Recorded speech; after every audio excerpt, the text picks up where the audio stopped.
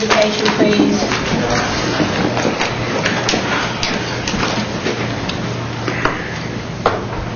Our Heavenly Father, we come to you in prayer this afternoon, thanking you for another day of life that you provided, and thank you for your mercy and grace, and thank you for providing the daily need, the rain that you've sent.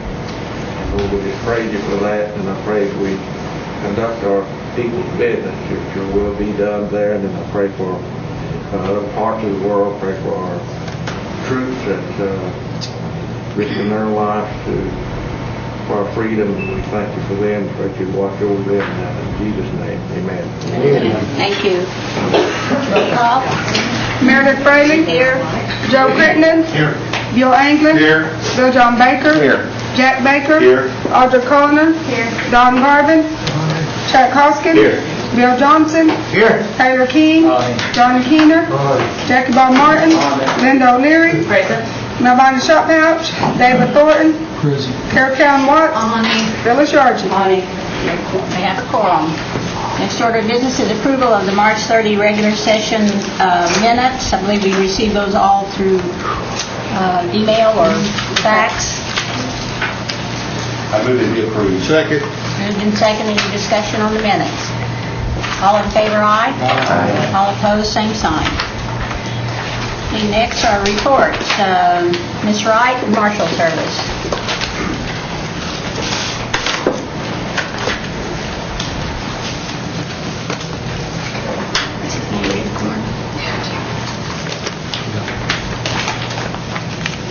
Hello.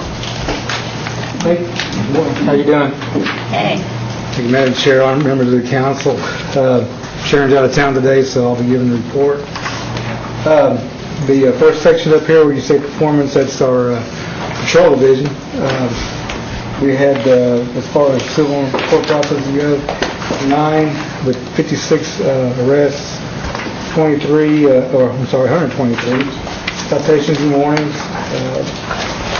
10 domestic abuse, 34 alcohol-related incidents, 9 where weapons were used, where shots were fired, 20 robberies, thefts, or burglaries, 4 counterfeit, had some alarm calls, missing a runaway, we had 2, assault and battery to 14, ICWs, assist with juveniles, 13, 21, I guess, community functions, and 67 assists with other agencies, and 7 child abuse cases.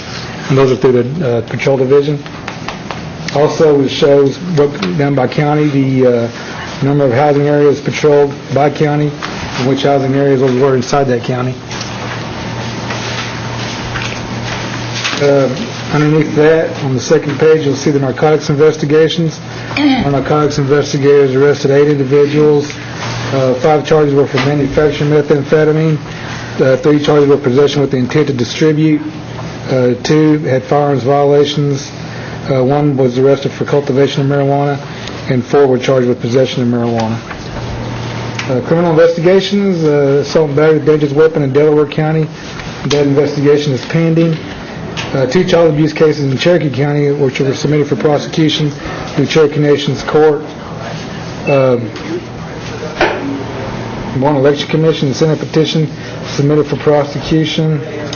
1 assault and battery deadly weapons pending prosecution, Cherokee Nation District Court. 1 sexual abuse being investigated in conjunction with the FBI in the Northern District of Oklahoma, and was pending investigation. 1 sexual abuse case in Sequoia County, also submitted to Cherokee Nation Court. Internal embezzlement investigations, Cherokee Nation pending final review. 1 breaking and entering Kenwood area pending investigation. As far as C&E goes, there's 3 embezzlements. Actually, there were 3 internal investigations with the Cherokee Nation internally. 3 embezzlements in C&E, Catoosa, West Salem, and Fort Gibson. 1 for theft from casino in Catoosa, and 2 thefts by employees at Will Rogers Downs. Just a moment, Mr. Redcorn. Okay. Mr. Baker. 9 shots were fired, or you all shot 9 separate times? No, those are incidents where weapons or shots were fired. Incidents where a weapon was involved, or there were shots fired, such as But somebody had a knife. we didn't go and shoot 9 times. No, we did not shoot 9 times. Okay. No, we have no use of force, shots fired at all. Okay, so somebody else shot a weapon and you went to a disturbance Yeah. and... Those are the and types that- of, That's what we're talking about there. Yes, sir. Okay. One other question. Okay. You have nothing for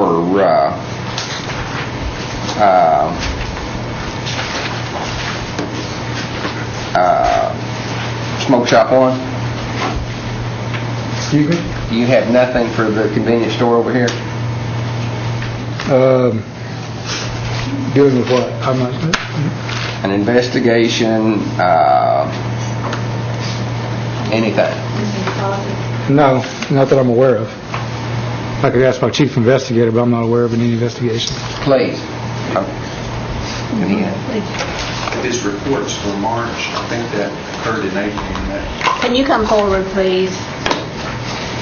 was just saying, I'm not sure what period he's reporting on. If it's for March, I believe that occurred in April. Yeah, so so that may make it to April. Yeah, it's this is the previous month. But there is, just not to cut your front, but there is investigation.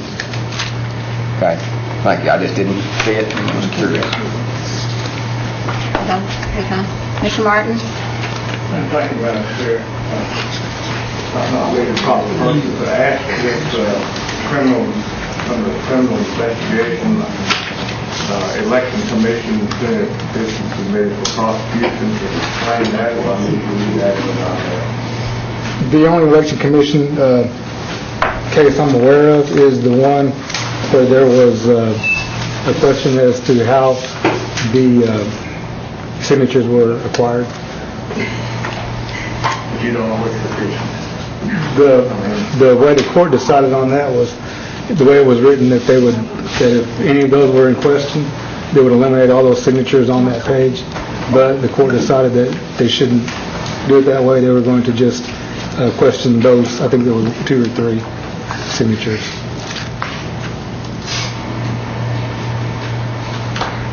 Mr. Martin? Thank you, Madam Chair. Mr. Thornton?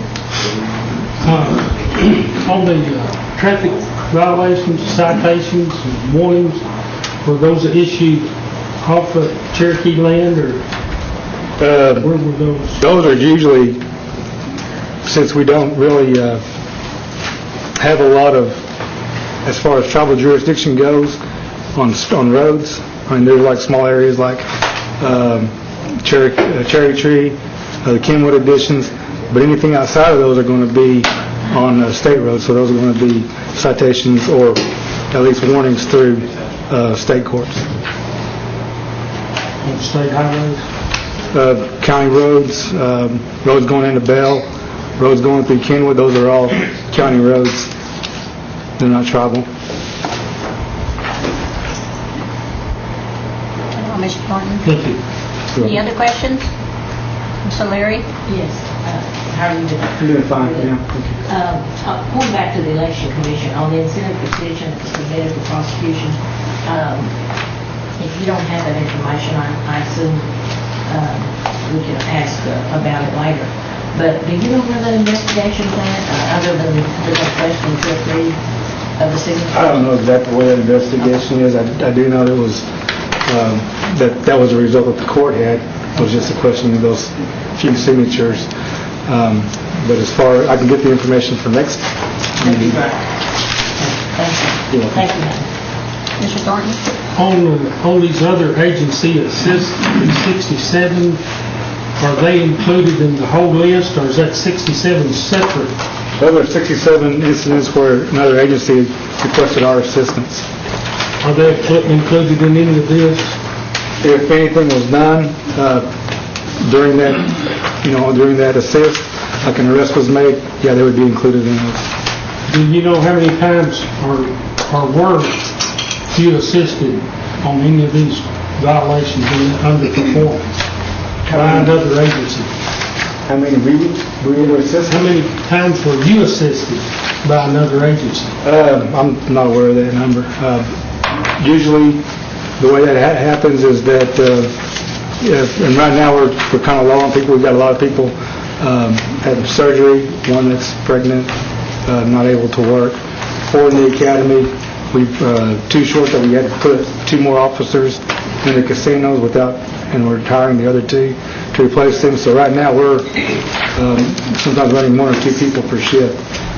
But when an incident occurs, say in Mays County, and our officers in Cherokee County, Mays County or Locust Grove, whatever other agencies there, will respond to that, and then when we get there, And we'll take control. they did assist on these other categories. They have assisted in the past. I'm not specific on these, but I know they have in the past. Any other questions? Was that all your report? I believe we had one, it's dealing with the Adam Walsh Law, the second portion of that, that's applying that onto tribal land, restricted land, and we're working on that. We sent a guy to, I think it was Wisconsin or somewhere up there, where they're having a meeting on that with the Bureau of Indian Affairs, and what that is going to do is the second portion of the Adam Walsh Law is applying the,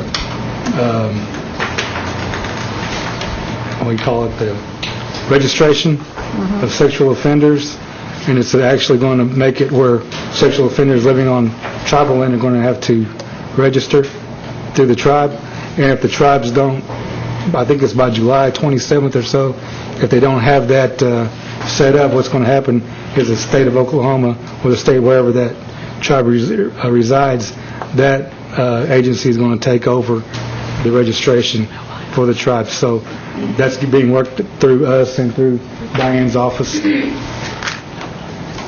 Right. Any questions, comments? Mr. Thornton? On your housing patrols, is there nothing in Sequoia County that you patrol? There is. I don't see it on here. We're awful good down there. Yeah. So, the way we're good, I see you down there, I just wondered. it's not reflected in here, but Okay. I'll make sure that everything is reflected in here in the future. Thank you. You're welcome. Any other questions? Yes, Mr. King? We may have to wait till next month for Marshall to be here. And any update on the federal investigation at CNE? I haven't been given any information on the investigation. I'd like to ask that Marshall Wright be present next month to answer the question. Sure, she'll be here next month. Thank you. Thank you, Madam. You're welcome. Any other questions? Thank you for your report. Thank you, Madam Chair. Next is Diane Hammonds, Justice Department. Good afternoon, Diane. Good afternoon. I'd like to start my report maybe by answering one of the questions posed to Marshal Redcorn. The investigation into irregularities in the initiative gathering process with the special election has been concluded by the Marshal Service, turned over to my office. I've assigned it to one of the prosecutors. I don't think he's made a final decision on that. It's in front of him. I'll let you know as soon as I know, or next month in my report. But that's where it's at. The Marshal Service has concluded their part of it.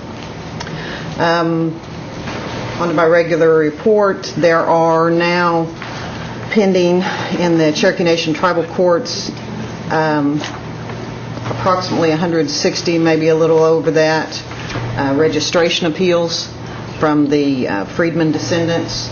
Those were filed in the district court. The district court sent them to the Supreme Court, and the Supreme Court sent them back down to the district court, so they are now all pending in front of Judge Cripps. I made a motion that counsel be appointed for them. We discussed that last time, and nothing has taken place on that. There's nothing new on that matter other than more appeals continue to come in, and as they come into registration, then they're forwarded on to the district court. Two of our attorneys in the office have federal cases pending in the Eastern District of Oklahoma. Richard Osborne has one where he represents Judge Cripps. It's a guardianship-related case. Judge Cripps was sued because of a decision he made regarding the guardianship.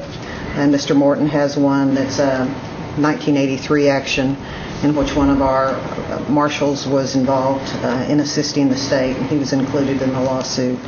Both of those are fairly, I'm sure not commonplace for the people that are sued, but commonplace in their job duties. Dana Jim, another one of our attorneys, attended the Federal Indian Bar Association last week, participated in that.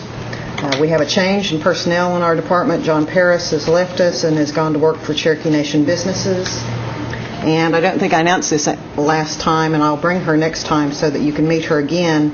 Angel Smith, who was an intern for me, who actually interviewed during the at-large process. I don't know if you recall her or not, young woman.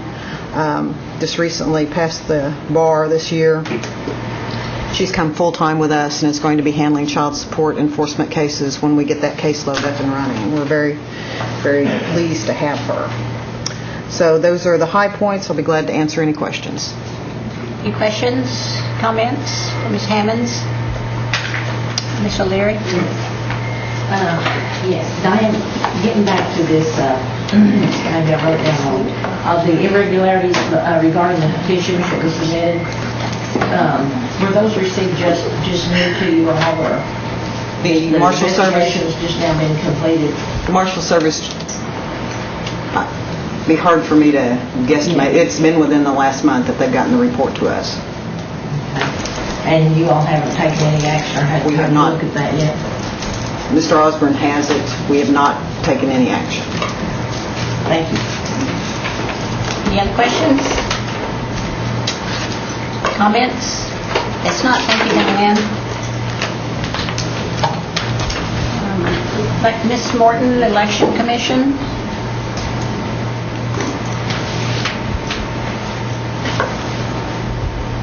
Hi. Ms. Morton couldn't be here today. My name's Rick Doherty. I'm the Vice Chairman of the Election Commission. Our next meeting is scheduled for May 17th, 6 o'clock at the Election Commission headquarters. Invite any of you to like to attend to come. I understand there's been some concerns over various issues regarding reports and voters list and website issues, and I'd encourage you all to be there. These items will be on the agenda, and we will discuss them as a whole and hopefully try to resolve any problems that we have. The special election that was held over the Freedman issue cost us around between $160,000 and $170,000. I don't have the exact figure on that. And right now we are just busy at the commission getting ready for the general election coming up.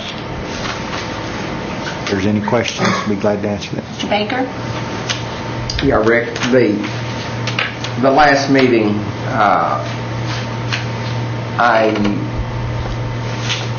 I was made aware that when I bought the list from the Election Commission of all registered voters, they withheld 2,200 names from me.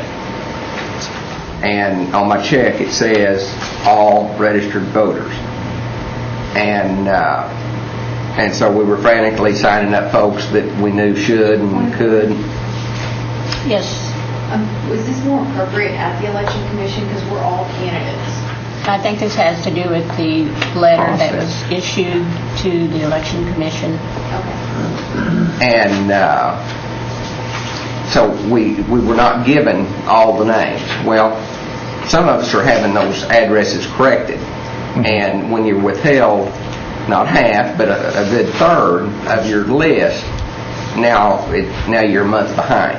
Okay. And the explanation I got was that, well, last time we gave bad addresses and everybody got upset, so we just didn't give you the bad addresses. Well, the addresses they gave me weren't good. I mean, there was plenty of rural route addresses and all, but to ask to purchase all registered voters and only to find out, oh yeah, we withheld 2,200. I wasn't satisfied with the letter that came back of explanation. I think it's wrong, and I think I really think something needs to be done, or Well, I understand your money concern. refunded, or whatever, because I didn't get what I bought. I understand your concerns, and we will put that on the agenda if you'd like to be there, and we will discuss it. It was my opinion, being one of 5 members of the commission, that we, when a person purchases a list, that we put a cover letter on there, that, these are the registered voters. We obviously do not guarantee that the addresses are current. Yep. But like I said, that's just my opinion, my solution to to try to correct it in the future. And like I said, I'm just one of 5 members. But like I said, I understand your concern, and I think they're legitimate, and just encourage you to be at the meeting that night, and we will discuss it that night. Thank you, sir. Any other questions? Thanks for coming, Mr. Doherty. Thank you.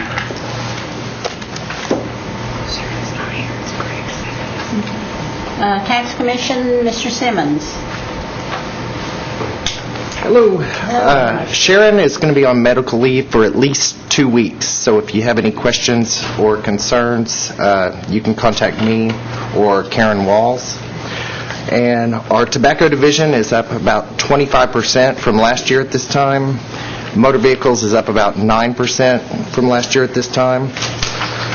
We're continuing to monitor Senate Bill 1014, which is dealing with taxation and tobacco at the state level. We continue to look at each new version that comes out of that act, and trying to stay on top of that.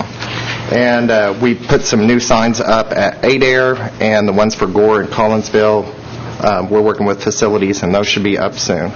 And after we get all those up, I know we keep saying this, but we are going to have some open houses and grand openings for those facilities that you will all be invited to. And that's my report. If you have any questions, I'd be more than happy to try to answer them. Any questions for Mr. Simmons? Comments? Thank you for your report. Thanks. Ms. Handy, self-governance. Excuse me, good afternoon. Good afternoon. Ms. Hanley wants me to send her apologies. She's attending a meeting in Oklahoma City at the IHS area office, and so she asked me to do her report this month. I'll try to keep it short and not take too much of your time. Next month in May, we're having the Self-Governance Conference in Garden Grove, California. Some of the people of Cherokee Nation are going to be participating on some of the panels, so we'll be covering some DOI issues and some IHS issues, self-governance issues. We participated in an Indian Reservation Roads conference call talking about updating the database of the roads on our Indian Reservation roads within the Cherokee Nation, and the addendum to our compact and funding agreement about those roads. We attended a realty conference in Albuquerque this last month with the realty department, discussed some land into trust issues, and commented on some of that, and some new DOI regulations and how they might have impacted the Cherokee Nation. We just sent out our quarterly Government Performance Results Act, GIPRA, report this last month concerning the second quarter of this fiscal year. Sent that to the Bureau in Muskogee. We sent out a couple letters to Dr. Grimm, the director of the Indian Health Service, about further negotiating some things about our Muskogee joint venture project in our new clinic in Muskogee, and a couple letters about contract support costs and staffing and operational funds of that facility. We did attend Health and Human Service consultation meeting, and it was handled at the Catoosa site there, our casino, and it was a yearly consultation with the various tribes in this region, and so we participated in that, commented on some issues that we have there. And finally, we attended an IHS joint conference committee that was held in Tulsa at a separate Tulsa there, and it was hosted by the Nation, by Hastings Indian Medical Center, and by the Tulsa Urban Health Center. And we discussed some issues there with IHS. And that pretty much wraps up our report. If you have any questions, I'll be happy to take those. Questions for Mr. Elkins? Thank you. Thank you. Sit down. Let's see. Hummingbird, are you here for gaming? He's with a sick child, and he'll send a written report. Okay, thank you. Codification, Mr. Hembry. Where'd he go?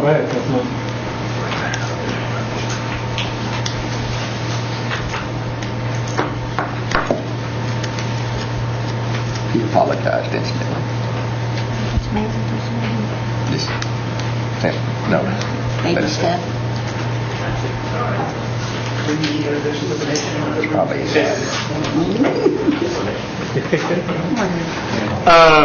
Codification is an ongoing process that is. I have nothing new to report. I did get another. I did get a new electronic or another electronic version of the work of Fay T.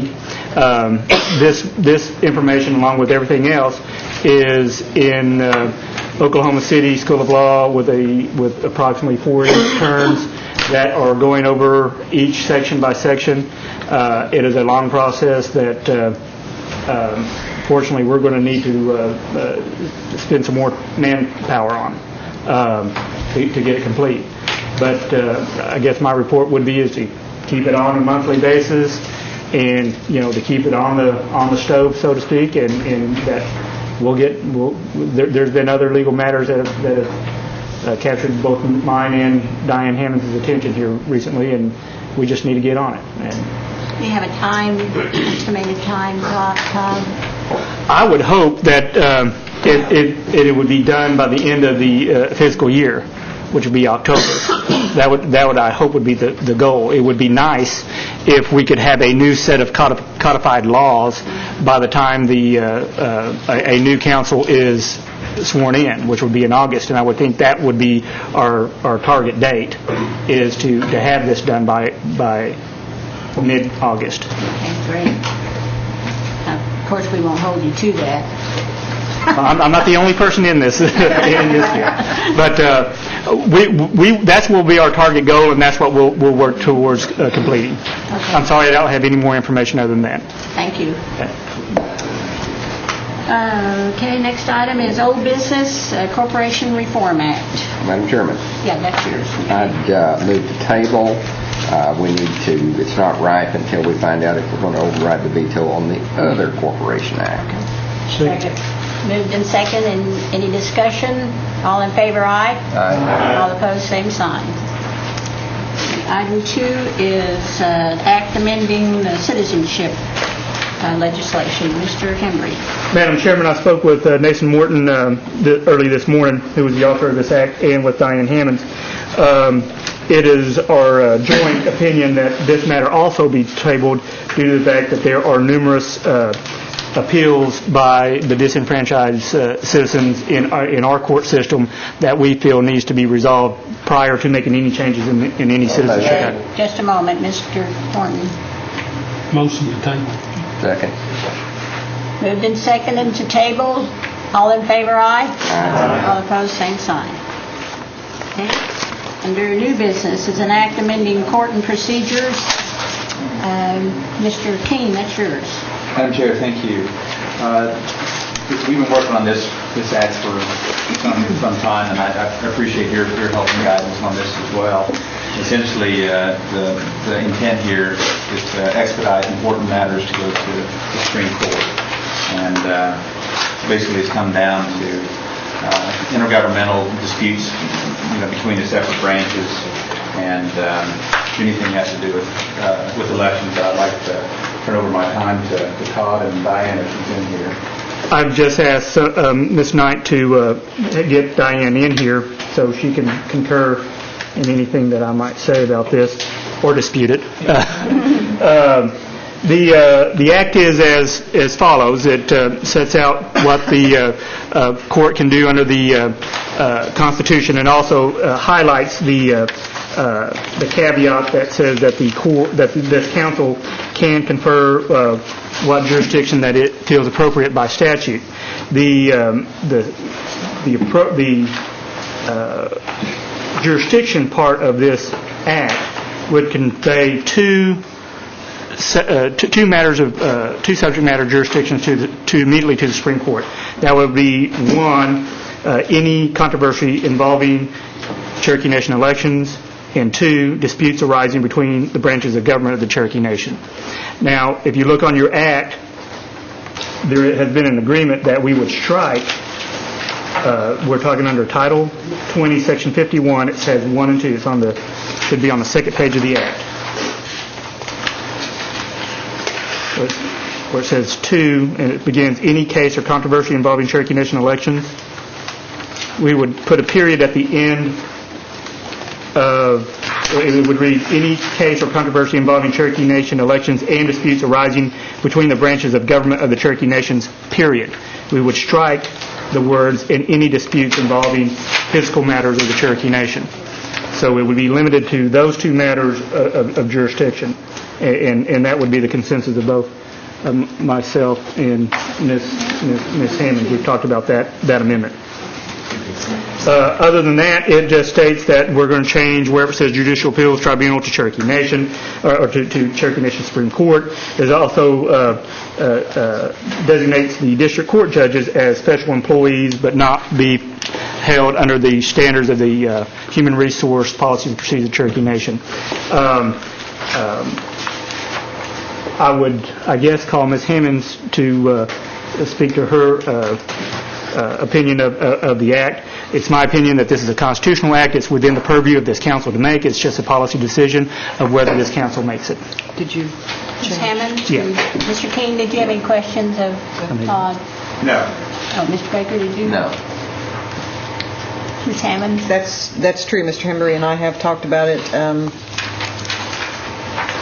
I don't find any legal infirmities with it. If it's the will of the council, it's the will of the council. We did ask the court a couple of different times. Excuse me. I'm sorry. Mr. Crittenden had a question. I was just going to wait for her to finish. Oh, okay. We did ask the court a couple of times for their input, and we didn't receive any. So apparently they don't have any problem with it. Mr. Crittenden? I'd move for approval now. Do I have a second? Second. Moved in second. Any further discussion? Mr. Baker? This is for approval with the striking of the items that Todd recommended. Yes, that should not be a part of the act. All in favor, aye? Aye. All opposed, same sign. Thank you, Todd. By acclamation. By acclamation. Next item is item 2, an act providing for sanctions for individuals that commit intentional misrepresentation to the tribal council and committees. Ms. Cowan. Moss, excuse me, I'm sorry. Well, what about when tribal council lie? I just think this is kind of one-sided, so I was concerned why we're not including ourselves when we lie to the chief, or we lie to the public, or lie to reporters. I'm curious on this legislation. I'd like to hear from an author on why we're not held to the same standard. Point of order. You want to introduce legislation, introduce it. Mr. Henry, did you write this? Yes, I'm the author of it. As you all well know, I author pieces of legislation as directed and as instructed by members of the tribal council. This was the intent of Ms. O'Leary to author this act this way.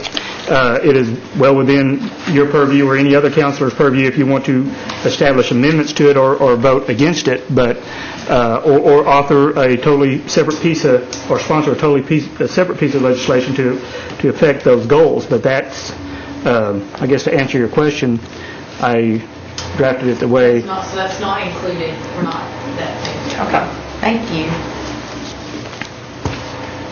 Okay, Ms. O'Leary, did you want to comment? Well, I think this act pretty well speaks for itself, and I do think that people need to be held accountable. We've had folks come before the council when we've appropriated money for a specific reason, and then all of a sudden it's turned into thousands and thousands of dollars, and I think that those people need to come back and report to the council.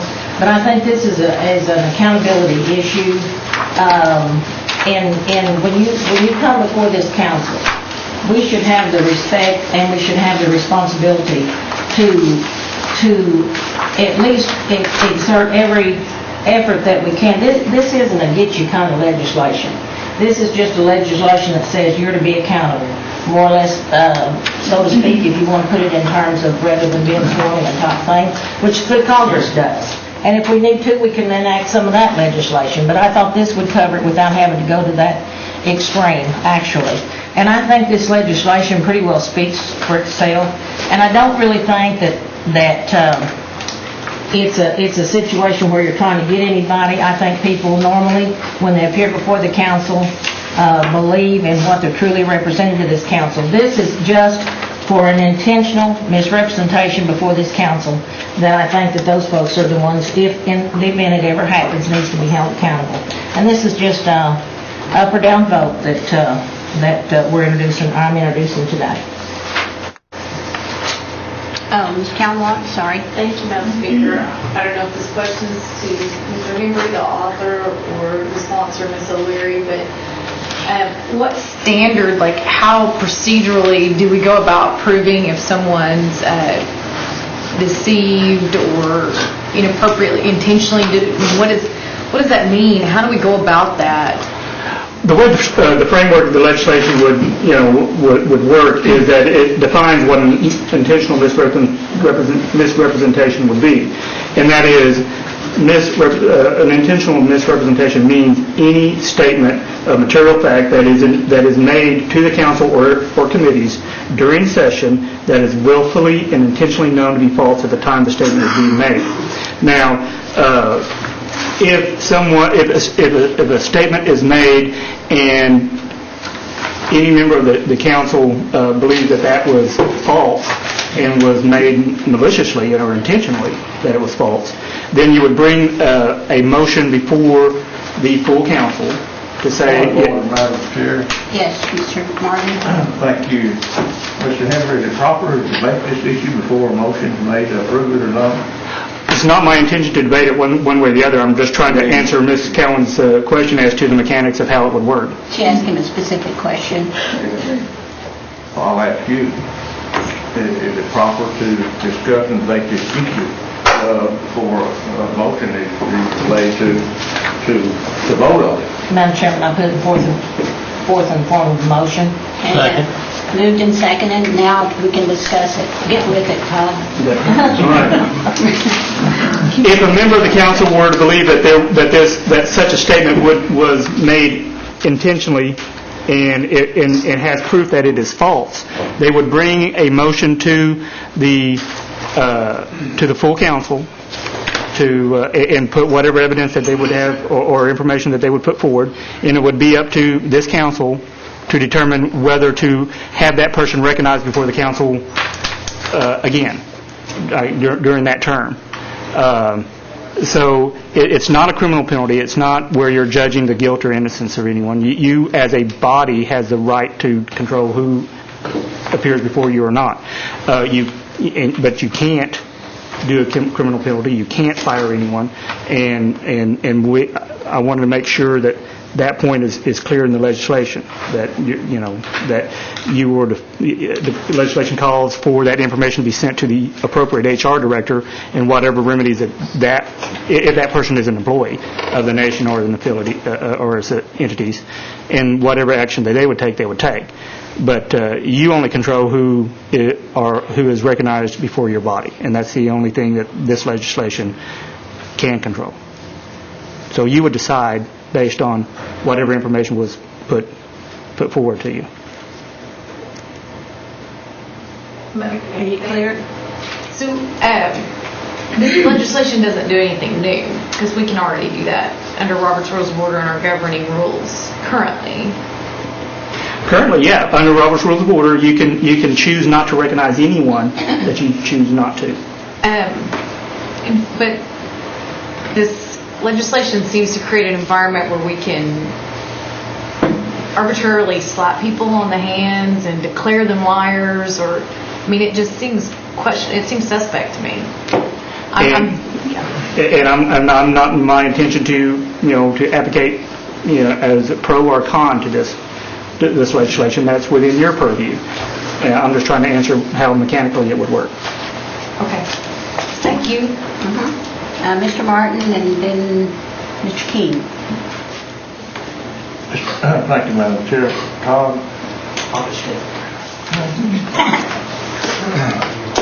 Maybe I misunderstood you. But I thought you said that the council wouldn't have that responsibility of being jury and judge on these issues, but when I read Section 5,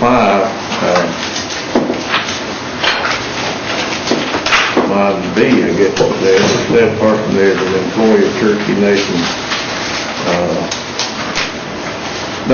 C, explain that to the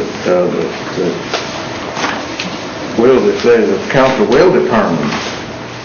You're not determining the guilt of innocence of anyone based on any kind of criminal act.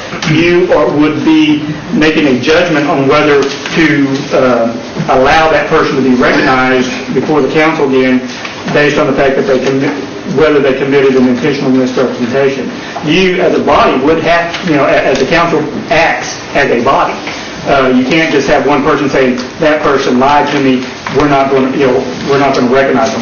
Or the chairman saying, that person lied to me, we're not going to recognize them.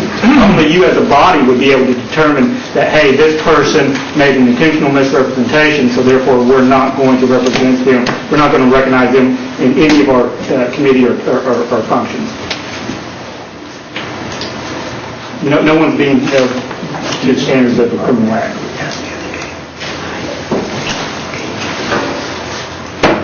I never mentioned, my question wasn't intent as be it a criminal act. The way I read that, it still looks like that we're being the jury and judge on these issues, which I don't believe it's the council's responsibility to do that. I can't get in favor of this legislation anyway, the way it is. Thank you, Madam Chair. Mr. King? Thank you, Madam Chair. And Mr. Garvin. Todd, is there, and I'm fully for, people coming in and properly representing their offices or jobs, but this might actually require some more research, but wouldn't the ethics provisions cover most of this for the majority of employees?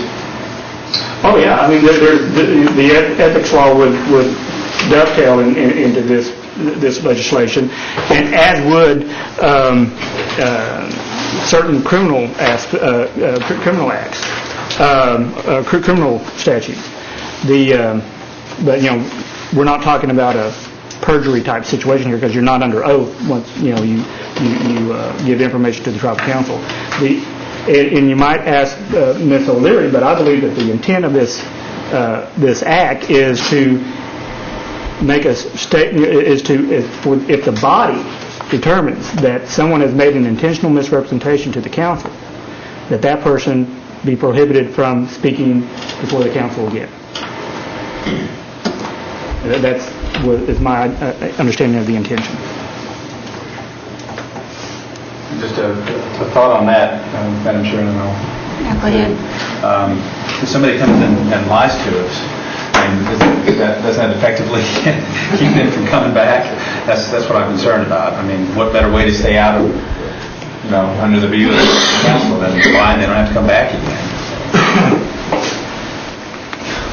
Is that all, Mr. Yes, King? that's all. Mr. Garvin? During the presidential election, they stated the way you could tell a person's lying was his lips were moving. Now, how are we going to tell if a person was lying to us? And also, what about a half lie or 1/4 lie or 1/16? How's that going to enter in?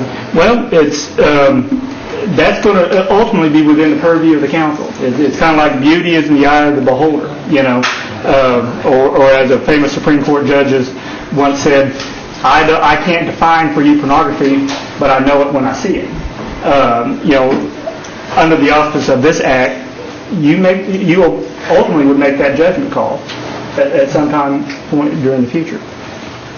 I know in the news yesterday or the day before they was talking about the cover-up of Corporal Tillman, whether he's killed by friendly fire or not, and they was trying to figure out who was lying about it, and some of the generals and quite a few seem to be involved, but I suppose we could get a lie detector test and send it to report in, couldn't we? Yeah, I think that might have a chilling effect on those who would stand up here on this podium. Ms. O'Leary? This legislation is not something that is facetious as far as somebody thinking, oh, you lied, or somebody thinking, no, they told the truth. What we're talking about here is blatant, willful, intentional misrepresentation to the council that, as seated as legislatures, as well as our United States Senate is seated, or House of Representatives, they demand and they do not condone people coming forward that will willfully, intentionally falsify things to the to their council or to their Senate hearings. And this may never ever be used. And it would take a consensus of the council and someone to have the exact proof that this was a willful intent, and I would think that would be rather hard to do. But this is just another safeguard in what we should be demanding from any relationships or information that comes before the council. If you all think we need more work at it, we could possibly table it and take another look at it. But I just think that this is an important piece of legislation that holds people accountable.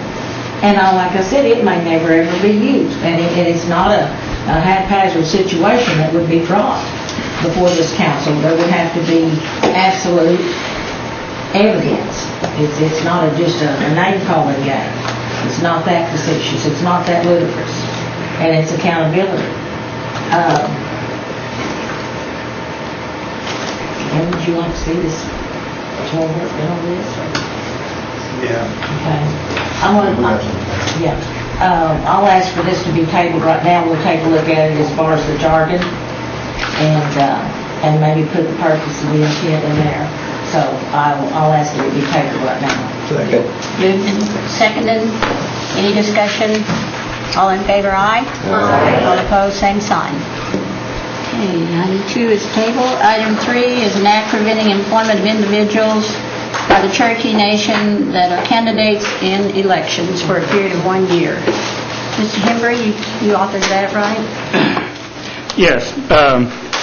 This act would prohibit the employment of unsuccessful candidates in Cherokee Nation elections from being hired by the Cherokee Nation government or its affiliated entities for a period of 1 year after the general election of that section.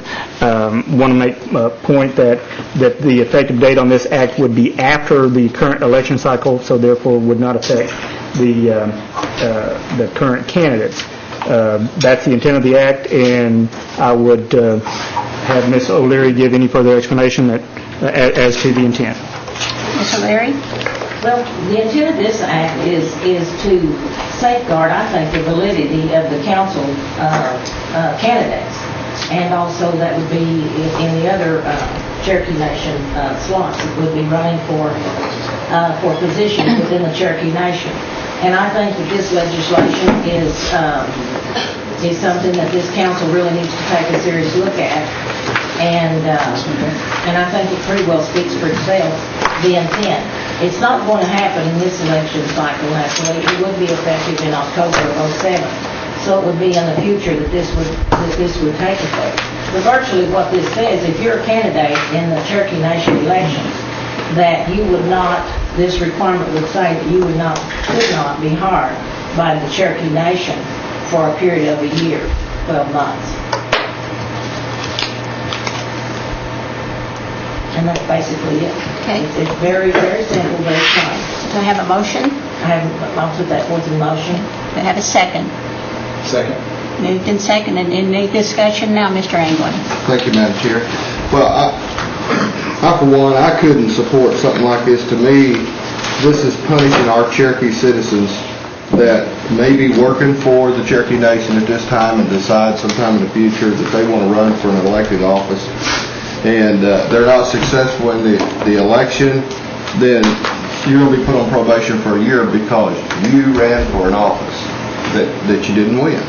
And to me, this is just absolutely, I could never support something like this to punish a Cherokee citizen of the right for employment with the Cherokee Nation just because they stepped up and wanted to be an elected official. So that's my 2 cents worth. Any other discussion? Ms. Watts? Thank you, Madam Speaker. I'm not clear. I'd like to have a better understanding of the merits of why we need to have this, because I haven't seen or heard of past examples where it's put an undue burden on the tribe or it's created any kind of issues.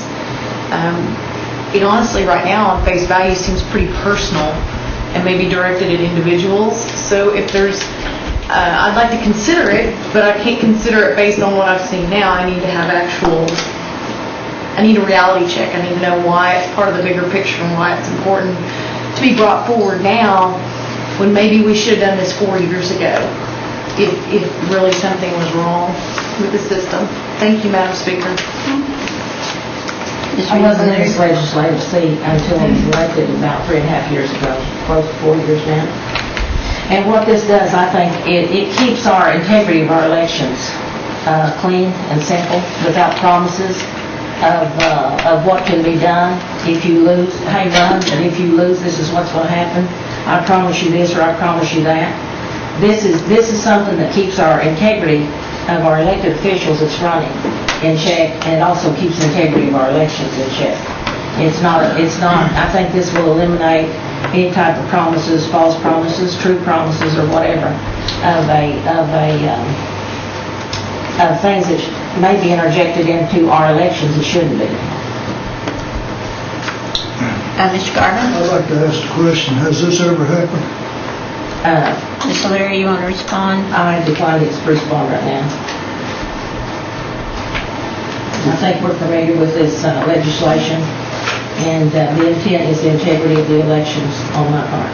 It looks like a case of piling on. The person is defeated, the candidate's defeated. And here we're piling on a whole year of hardship for no reason.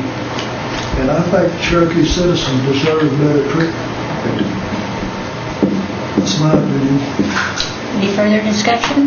One more comment, Madam Chair. Yes, Ms. O'Leary? I still think that the integrity of our candidates and the integrity of our elections, whatever the outcome may be, I think this is legislation that needs to be looked at. It needed to have been acted long ago, and I'm bringing it to light now. And like I said, it's not effective in this term. It'll be on down the road, and I think that this is reasonable, responsible legislation that we need to take a look at. Ms. Watts? Thank you, Madam Speaker. There are some young candidates in this pool of candidates that I'm concerned about. I would hope that if they don't win, we would want to hire them. Young can be an appearance, not an age.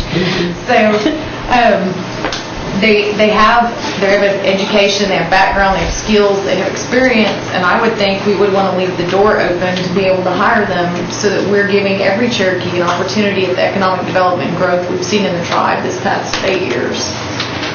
Thank you, Madam Speaker. Mr. Martin? Thank you, Madam Chair. We're honored to have the Honorable Mr. Carson here with us today. I'd like to ask him a question if you'd allow. Please, Mr. Carson, do you want to come forward? Mr. Carson, you've been around highly elected office. Have you ever heard of a bill like this? I have not had the chance to review the contents of the bill and have only been listening to the debate here. So with all respect, Counselor, I would demur and not provide you an answer to your question simply because I'm not familiar with either the history of this matter or have I had a chance to review the legislation. Thank you. Another comment, Madam Chair. And it's not a situation of whether anybody's ever heard of the legislation before. The legislation is specific, it's plain, it's not demeaning to anyone, it just keeps, as I said, the integrity of our elections intact. I think we all know what we're talking about here, and I think it's something that needs to be looked at. It should have been looked at many years ago and wasn't. It's not a laughing situation with this. It's not affecting people's lives right now that are running, and it will affect possibly the future. And if anybody wants to bring legislation that would change that, they can do that at any time. Right now, I think this is responsible legislation, and speaking to the integrity of the elections and the promises and the outcomes is beside the point. This is legislation that I think this council needs to look at, sitting in this council seat as independent people. Mr. King? I was going to call for the question, but she... Ms. Sharkey? Thank you, Madam Speaker. I'd like to offer a suggestion because I think ethically, when you decide to run for an office,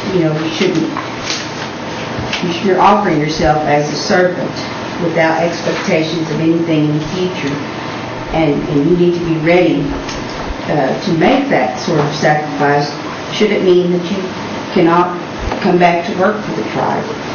And I would like to offer a suggestion that if we want to consider an ethics section in the election law, maybe that would be where it would better be considered, rather than making a separate act that sounds like we're trying to determine human resources decision about who to hire and what their background is. So, I might be more in favor of it if it was part of the election packet, where a candidate would review all of that information and then be able to make that decision, rather than putting it in place after someone has already made a decision about what they want to. Because I know some people have been drawn to run for an office at a very young age. That's what they look forward to be able to do that. But that they also want to work for the tribe, not just as employment, but as a service to the Cherokee people. So I think that, for myself, I think that I could live with it better, maybe not have so much of a conflict with myself if I looked at it in the election law rather than making a separate act. Comment. We thought of that also.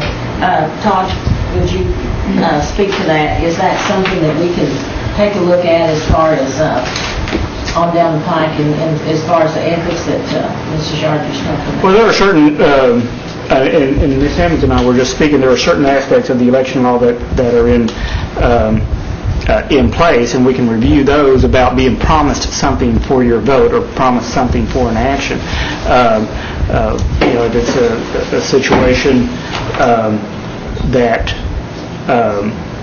run for the Cherokee Nation Tribal Council and I'll promise you a job, well, that's improper, I believe, under our statute as it stands right now.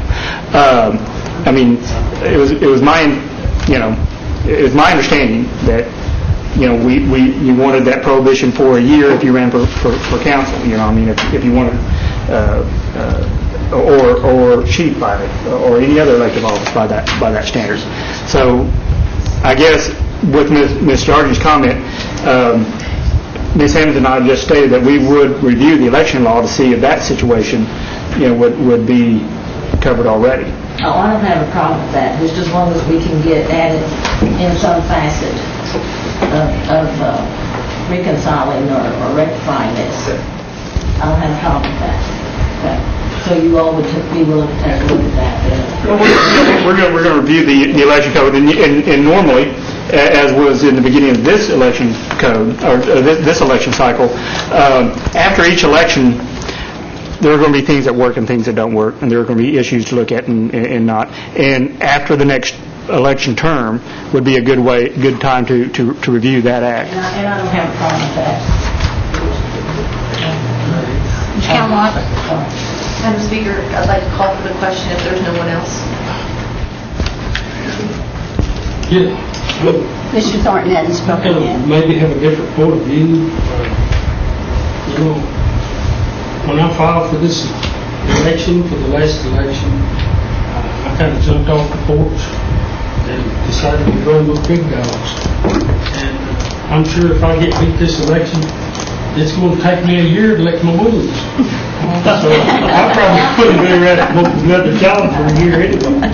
So that's the way I feel. The question has been called. All in favor of item 3, signify by saying aye. Aye. All opposed, same sign. No. Roll call. Bill England, No. Bill John Baker, Yes. Jack Baker, Audrey Connor, No. Joe Crittenden, Meredith Fraley, No. Don Garvin, Chuck Hoskin, Yes. Bill Johnson, No. Taylor King, Yes. John Keener, Yes. Jack Martin, No. Linda O'Leary, Yes. Lavanya Shophouse, David Thornton, Carol Count Watts, No. Phyllis Yardy. No.